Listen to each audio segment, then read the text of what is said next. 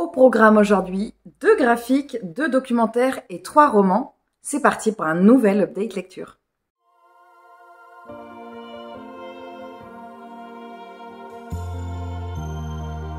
Aujourd'hui, comme je vous le disais, je vais vous présenter 2 graphiques, 2 documentaires, on va dire, qui ne sont pas de la fiction, et 3 romans. Je vais commencer tout de suite par les graphiques. J'ai lu le 2e tome du Bastion de l'alchimiste de Ayume Otaka, Sio Kishi et Uroko Yonome chez Komiku Édition. J'ai reçu ce livre en service presse de la part de la maison d'édition, que je remercie. On est toujours avec l'histoire de ce jeune homme, Nino, qui se retrouve propulsé dans un monde de jeux vidéo. Ses parents sont décédés, ses parents étaient créateurs de jeux vidéo et en fait il s'est réveillé un beau matin, on suppose on sait pas trop, a priori il est mort. Il s'est retrouvé dans le jeu vidéo, donc en fait il va mener une quête pour pouvoir essayer de les retrouver. On est dans un monde complètement fantastique, un monde de fantasy complètement, avec des monstres, avec des niveaux à passer, avec des personnages. Il est accompagné de 2 personnages féminins. C'est un manga, c'est une série en 3 tomes, donc ça veut dire que le prochain tome sera le dernier, et je pense que c'est une très bonne idée parce que c'est une lecture qui passe toute seule, sans problème, mais je pense qu'il ne faut pas qu'elle soit trop longue. 3 tomes, c'est très bien. La seule chose qui, moi, va me déranger un petit peu, c'est, je trouve que les attributs féminins des 2 personnages qui l'accompagnent sont ultra excessifs, mais ça correspond au code du jeu vidéo et pas à la réalité. Donc si on part de ce postulat-là, forcément, ça peut être moins choquant. Mais c'est vrai que je les aurais vus avec des proportions plus réalistes, on va dire. Mais n'empêche que dans ce tome-ci, on sent qu'elles commencent à prendre beaucoup de pouvoir et que finalement, elles en ont peut-être même beaucoup plus que lui. Le graphique suivant que je vais vous présenter, c'est Abby et Walton de Anaïs Allard et Giorgia Cassetti, chez Dargaud, je crois. Je crois que c'est Dargaud, la maison d'édition. Delcourt. On va suivre ici une jeune fille qui s'appelle Abby Fillmore. Elle vit, quand on arrive, elle vit dans un hôtel avec sa maman. On est en Angleterre, il me semble. Oui, c'est ça, en 1853. Et sa maman lui montre bien comment elle doit se tenir, parce que c'est une jeune fille au milieu du 19e siècle, donc elle doit correspondre à certains codes qu'on attend d'elle. Et on sent bien que pour Abby, c'est compliqué, elle n'a pas envie d'être dans ce carcan sociétal là dans lequel elle se sent toute coincée, et elle a envie de liberté, elle a envie de choses plus simples et plus naturelles qui lui viennent. Et donc elle va visiter un peu l'hôtel. Elle va tomber à un moment donné sur une pièce très poussiéreuse où il y a des mouches qui traînent devant. Elle décide de crocheter la serrure et quand elle rentre, elle voit un tableau avec un jeune homme, Walter, et elle décide d'entamer une danse avec lui et elle finit par l'embrasser. Et en faisant ceci, elle va déclencher la sortie de Walter du tableau, qui va la suivre partout en tant que fantôme. Elle va comprendre, ensuite elle va apprendre comment se débarrasser du jeune garçon, parce qu'elle n'a pas envie du tout qu'il reste avec elle. Et il va lui arriver plein de péripéties, il va falloir qu'elle affronte des monstres, enfin je vais vous laisser découvrir. C'est une lecture qui se lit, qui peut se commencer assez jeune, je pense qu'à partir de 7 ans, on peut la lire parce qu'il n'y a pas énormément de texte. Et c'est une lecture que j'ai beaucoup appréciée parce que c'était hyper drôle. Déjà c'est hyper drôle.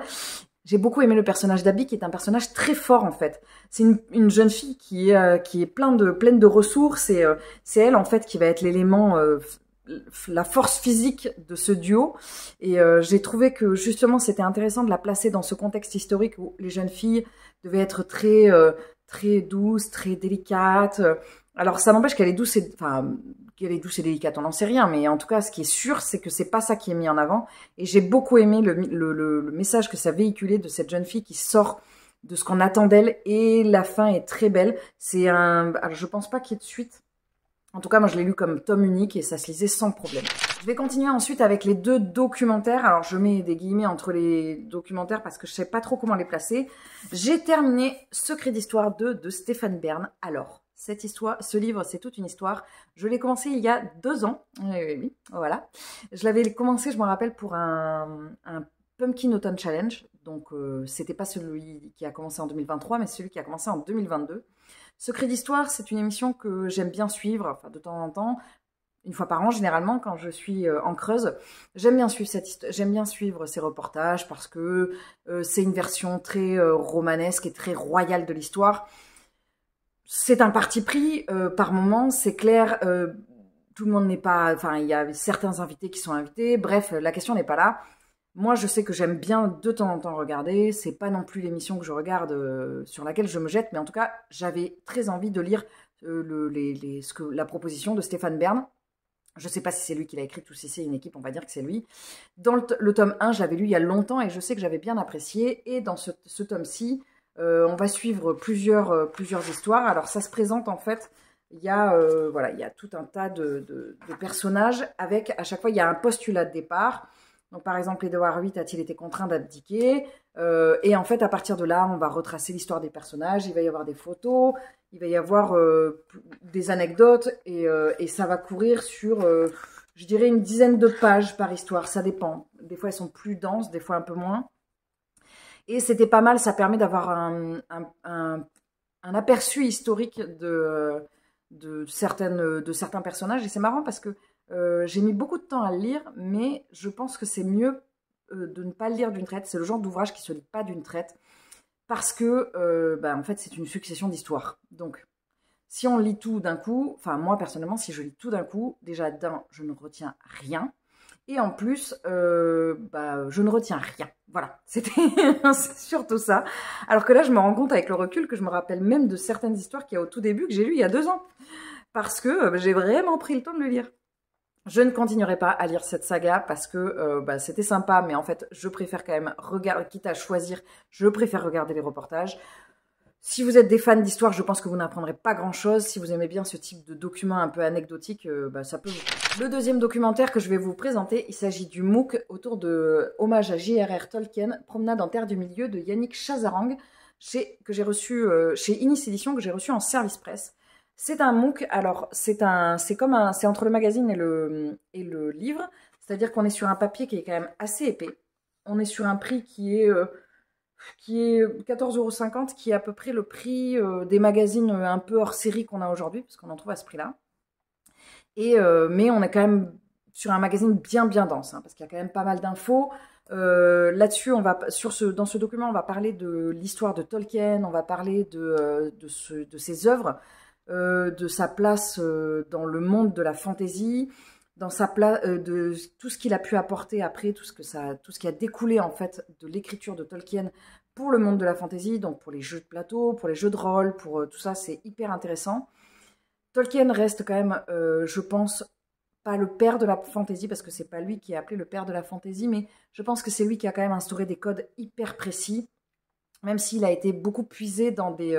on le sait, il a été beaucoup puisé dans du folklore allemand, germanique, et dans anglais, alors surtout germanique. Même s'il n'a pas tout inventé, c'est lui qui a mis les formes sur plein de choses, et j'ai trouvé ce MOOC hyper intéressant. Il y a des choses que je connaissais déjà, mais il y a des choses que je ne connaissais pas. Et je l'ai surtout trouvé pas du tout indigeste. C'est un bout d'histoire de Tolkien qui est très abordable. Si vous avez envie d'en savoir plus sur l'auteur, n'hésitez pas à y aller parce que c'était très bien fait. Et parce que des fois, avec les biographies ou avec ce type de documents, on peut très vite tomber dans quelque chose d'un peu trop pointu au niveau de l'analyse ou des choses comme ça. Là, il y avait de l'analyse, mais ça restait quand même très facile à lire. Les 3 romans que je vais vous présenter ensuite, alors ce ne sont pas vraiment des coups de cœur, mais on a vraiment... Enfin, ce ne sont pas des coups de cœur, mais je pense qu'on est passé à ça. Ce sont... il faudrait que je trouve des termes. À chaque fois, je me dis, il faudrait que je trouve des termes pour avoir une espèce de jauge. Disons que si le coup de cœur est de couleur rouge vive, entre rouge bordeaux, enfin pas vif, mais plutôt rouge bordeaux très dense, là, vous voyez, comme vraiment ce rouge, comme ma veste, voilà, mais en plus brillant. Et on va dire que là, on est ces 3 lectures, on est sur une teinte un peu plus orangée, mais n'empêche que ça déchire, quoi. J'ai terminé une saga, et oui, j'ai terminé une saga puisque j'ai terminé la duologie de La Ville sans vent d'Éléonore de Villepoix au livre de poche. Je l'ai lu en lecture commune avec Claire, qui m'a encouragée à le lire puisque ça faisait un moment que j'avais lu le tome 1 et que j'avoue que je me mélangeais, enfin j'appréhendais un petit peu de retourner dans ce monde. J'avais eu la proposition de Eclectic Livre sur Instagram qui m'avait proposé de m'envoyer un résumé spoilant de tout le tome 1. Elle m'a envoyé un super résumé. Si tu passes par là, je te remercie encore infiniment. Ça m'a permis de replonger tout de suite dedans. L'autrice, elle nous fait un petit rappel des personnages au début, mais j'avais quand même besoin d'avoir un gros débrief parce que je me rappelais plus. J'ai ressorti le tome 1 pour pouvoir vous en parler d'ailleurs. On en parle de ces couves qui sont absolument magnifiques. Et alors, ce qui est génial, c'est que ça, c'est le grand format et ça, c'est le format poche. Ils ont quand même gardé la même charte graphique et puis les deux sont magnifiques. Hein. Les deux sont magnifiques, voilà. Il était sorti chez, je ne sais pas, il était sorti chez Hachette, a priori. Il y a marqué Hachette, mais je ne sais pas, Hachette Roman. On va suivre dans cette duologie, parce que je vais parler des deux, parce que je ne peux pas vraiment vous parler du tome 2, enfin j'en parlerai un peu après, mais dans cette duologie, on va suivre deux personnages, le personnage de Lastianax, qui est un jeune mage qui vient de finir sa formation. Et on est dans un monde complètement de fantaisie, dans une ville a priori qui s'appelle l'Hyperborée. Et Lastignax, au moment où il termine sa formation, il apprend, enfin son maître en fait va se faire assassiner, son mentor va se faire assassiner. Et donc Lastianax va commencer à se poser des questions et va essayer de comprendre qu'est-ce qui s'est passé et va commencer à enquêter. D'un autre côté, on va suivre une jeune fille qui s'appelle Arca, qui est une jeune guerrière. Je ne sais pas si c'est spoilant de vous dire d'où elle vient ou pas, donc je vais éviter d'en parler, qui est une jeune guerrière qui va arriver à Hyperborée et qui va mettre un petit peu le bazar. Évidemment, il va y avoir une rencontre qui va être assez explosive entre ces deux personnages qui ont des tempéraments complètement différents, parce que Lastianax, il a ce côté très rigoureux, il a envie de rester dans un cadre, dans ce qu'on attend de lui, alors que Arca, en fait, c'est un électron libre. C'est une jeune fille qui est libre et qui a envie de suivre ses instincts. Maintenant, pour ce tome 2, ce qui s'est passé, c'est que quand j'ai commencé, je me suis dit, est-ce que je vais pas être complètement noyée? Parce que j'avais un souvenir assez dense d'une gestion, d'un point de vue politique assez dense, et j'avais vraiment peur de me retrouver noyée, enfin perdue dans cet univers. Le résumé m'a clairement aidé, le résumé spoilant. Et en fait, dès que j'ai commencé à lire, je me suis replongée direct dans cette duologie. Je me suis replongée direct dans l'écriture d'Éléonore de Villepoix, qui écrit divinement, ça c'est clair et net. Elle est passée tout de suite dans la catégorie autrice chouchou. Donc je vais repérer les ouvrages qu'elle va sortir dorénavant. Et je vais essayer de lire ce qu'elle a écrit avant. Elle nous décrit un monde politique. Il y a de la politique qui est hyper intéressante, qui est assez dense. Mais on sent qu'elle sait de quoi elle parle. Je crois qu'elle travaille justement, elle est là-dedans. Et c'est bien fait sans pour autant nous noyer. Si vous avez envie d'une fantaisie où ça trucide à coups de hache, c'est pas la bonne lecture, même s'il y a des passages de combat également. Hein. Mais c'est surtout une fantaisie qui pourrait faire penser... qui m'a fait penser à Elantris de Brandon Sanderson dans sa construction politique et dans sa description au niveau vraiment de ce qui se passe en interne. Ça, ce livre, je pense que c'est du young adulte. Il ne faut pas le commencer trop jeune parce que quand même, il y a des choses assez denses. Et ce qui est super intéressant, par exemple, il y a à un moment donné, l'autrice, elle aborde la gestion de l'immigration. Elle le fait avec beaucoup de subtilité et pourtant c'est très subtil mais c'est très clair. C'est-à-dire que moi j'ai lu le passage, je me suis dit c'est bien. Elle met bien les points sur les i, elle cadre bien et elle le dit parfaitement. Voilà, elle est autrice et elle le dit parfaitement. J'ai adoré cette lecture, vraiment c'était génial. Le seul regret que j'ai, c'est de ne pas avoir enchaîné les deux tomes.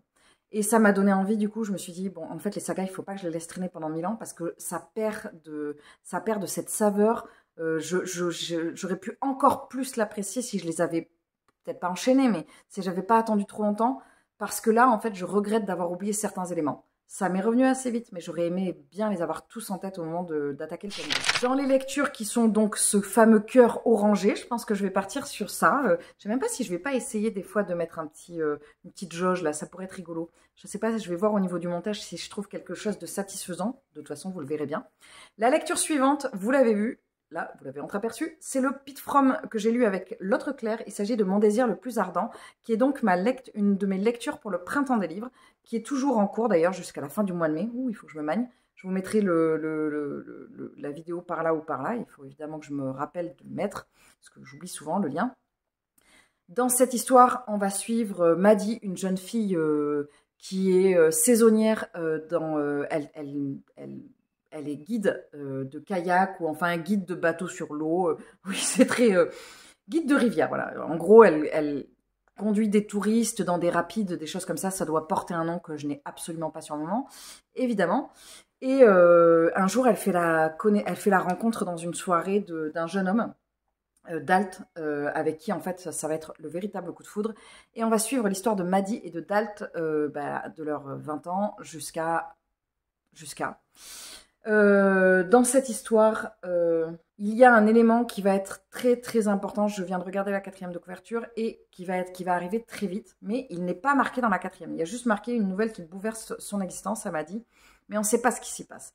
Il va se passer quelque chose dans la vie de Maddy qui va littéralement transformer la vie de ce couple, leur vie de famille.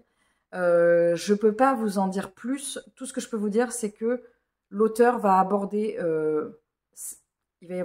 on va parler de maladie, je préfère vous le dire en fait. Parce que même si c'est pas précisé, on s'en doute.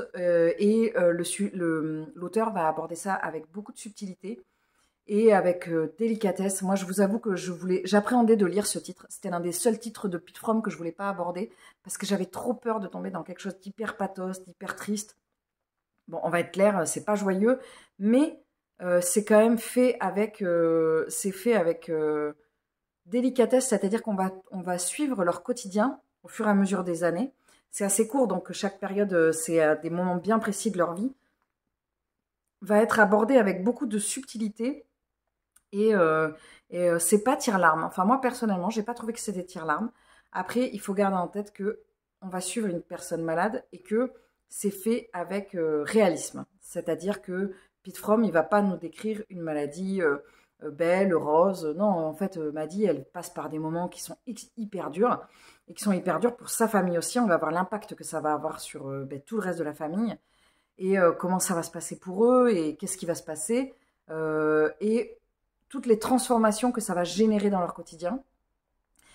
C'est, je crois, le 3e ou le 4e titre que je lis de l'auteur. J'aime toujours autant la plume. J'ai eu juste du mal au début. Je sais pas pourquoi. J'avais l'impression d'être dans une machine à laver. Je comprenais pas très bien. On était tout de suite propulsé dedans. Et un peu comme si on arrivait au milieu d'une conversation. Voilà, tout d'un coup, j'ai pas le début de la phrase. Mais c'est pas grave. On s'y met très très vite. Et on a beaucoup apprécié ce titre avec Claire. Moi, je l'avais acheté quand j'avais été à une rencontre dédicacée avec lui. En plus, pour ne rien gâcher, Pete Fromm est un auteur hyper accessible et hyper gentil. Donc, je découvrirai la suite de ces titres avec grand plaisir. Il est chez Totem. Je n'ai pas précisé la maison d'édition. Le dernier livre que je vais vous présenter, je l'ai littéralement dévoré. Ça a été, c'est simple, je l'ai commencé le samedi soir, je l'ai fini le dimanche. Et je l'ai trimballé avec moi en répétition, même si je savais que j'allais pas pouvoir lire, mais je m'étais dit au cas où, si je peux gratter une page. Non, je n'ai pas pu. Et je n'ai pas terminé le samedi soir parce que je tombais de fatigue. Mais si j'avais pu, je l'aurais lu d'une traite tellement il était bien. Il s'agit de 19 River Street de Laure Rollier chez Récamier Noir. C'est un livre que j'ai reçu en service presse de la part de la maison d'édition. De toute façon, c'est simple, je l'ai lu en 2 fois. Ça, c'est 1 fois. Et ça, c'est 2 fois, je crois. Ou quelque chose comme ça. Ça doit être ça. On va suivre ici l'histoire de Maddy, une psychologue qui travaille à son compte. On comprend très vite qu'elle est seule et qu'elle a perdu sa fille. Elle n'a plus de vie de famille. On ne sait pas ce qui s'est passé avec sa fille. Et un beau jour, elle va trouver sur son pare-brise un mot disant « Je sais ce qui s'est passé sur la dernière danse. Joséphine est en vie. Demain, 22 h, venez seule. » Et donc, Maddy va entamer une course-poursuite, une folle course-poursuite pour savoir ce qui s'est passé. Est-ce que sa fille est en vie? Est-ce qu'elle ne l'est pas? Et vraiment, on va suivre cette lutte. En même temps, on va suivre un autre personnage qui s'appelle Gabriel, qui est un auteur qui a eu un succès incroyable. Gabriel a une vie qu'on ne connaît pas. Je ne vais pas vous en dire. On n'en parle pas sur la 4e de couverture, mais Gabriel va se retrouver à vivre chez Maddy parce qu'il va sous-louer en fait une partie de sa maison. Et donc, on va suivre ces 2 personnages. Gabriel avec sa propre vie, qu'est-ce qui va se passer, pourquoi est-ce qu'il est chez Maddy, pourquoi est-ce qu'il est, si c'est un auteur à succès, pourquoi il a besoin de sous-louer une maison. soulever une partie de maison. Est-ce que ces deux personnages vont rentrer en interaction? Est-ce que Gabriel va aider Maddy? Est-ce que Maddy va aussi parler à Gabriel, va aider Gabriel qui a l'air d'être dans des questionnements? Bref, je vous laisse découvrir tout ça. Cette lecture est extrêmement, extrêmement addictive, c'est-à-dire que je n'ai pas pu lâcher le livre. Il y avait des espèces de twists, enfin des espèces de trucs de fin de chapitre, des cliffhangers, pas des twists, des cliffhangers, à la Donato Carisi, où j'étais là genre, ah mais non, mais en fait, je veux savoir. Ah mais non, mais c'est l'autre personnage. Enfin, c'était hyper haletant. Et ça donnait envie de lire, de tourner les pages et de savoir ce qui s'est passé. Et j'ai beaucoup, beaucoup, beaucoup aimé la fin que j'ai trouvée originale. Et je ne peux pas vous dire pourquoi, en quoi elle est originale, mais j'ai beaucoup aimé la fin, qui n'est pas allée là où je pensais qu'elle allait aller. Et c'est cool, ça change, ça fait du bien. C'est vraiment une lecture que j'ai énormément appréciée. Je suivrai les écrits de Laure Rollier que je découvre avec grand plaisir et du coup avec Récamier Noir parce que je ne connaissais pas cette maison d'édition. J'ai été très contente de la découvrir. Voilà, j'espère que cette update lecture vous aura plu. Comme vous l'avez vu, c'est des lectures très très différentes. C'est vrai que je suis, même si je suis une adepte, une grande fan de la SFFF, science-fiction, fantasy, fantastique, je varie beaucoup mes lectures, donc c'est vrai qu'il y a des updates comme celui-ci où il y a tous les styles que vous allez pouvoir trouver, presque du roman, de la fantasy, du polar, du documentaire, du graphique. Bref, tout est un peu mélangé, j'espère que vous y trouverez ce que vous avez envie. Sur ce, j'espère que vous allez bien. Il ne me reste plus qu'à vous souhaiter une très bonne journée, une très bonne semaine, un très bon mois, une très bonne année. Je vous dis à très vite dans une prochaine vidéo. Salut!